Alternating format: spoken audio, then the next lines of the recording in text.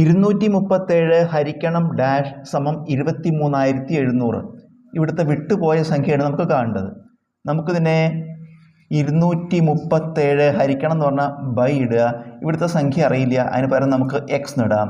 സമം 23,700. 23,700 ഇതിൻ്റെ ഛേദമായിട്ട് നമുക്ക് വേണമെങ്കിൽ ബൈ 1 എന്നിടാം. 1 കൊണ്ട് ഹരിച്ചാൽ മാറ്റമൊന്നുമില്ല. 23,700 ബൈ 1 23,700 തന്നെയാണ്. ഇനി നമുക്കിത് എ ബൈ ബി സമം സി ബൈ ഡി എന്ന രൂപത്തിലാണ്. എ ബൈ ബി സമം സി ബൈ ഡി ആയാൽ നമുക്ക് ക്രോസ് മൾട്ടിപ്ലൈ ചെയ്യാം. അതായത് ഈ ഛേദം കൊണ്ട് ഈ അംശത്തെ ഗുണിച്ചാലും ഈ അംശം കൊണ്ട് ഈ ഛേദത്തെ ഗുണിച്ചാലും തുല്യമായിരിക്കും.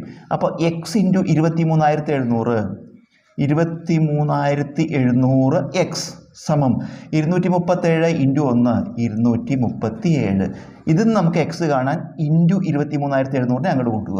എക്സ് സമം ഇവിടെ എന്താ ഉള്ളത് 237 ബൈ ഇവിടെ നിങ്ങോട്ട് വരുമ്പോൾ 23,700. നമുക്കിതിനെ 237 കൊണ്ട് വെട്ടി ചുരുക്കാം. അപ്പോൾ ഇവിടെ 237 കൊണ്ട് വെട്ടുമ്പോൾ ഒരു പ്രാവശ്യം, ഇവിടെ 237 ഒരു പ്രാവശ്യം, പിന്നെ 2 0. അപ്പോൾ നമുക്ക് 1/100 എന്ന് കിട്ടി. 1/100. ഒരു സംഖ്യയെ 100 കൊണ്ട് ഹരിക്കുമ്പോൾ എന്താ ചെയ്യുക?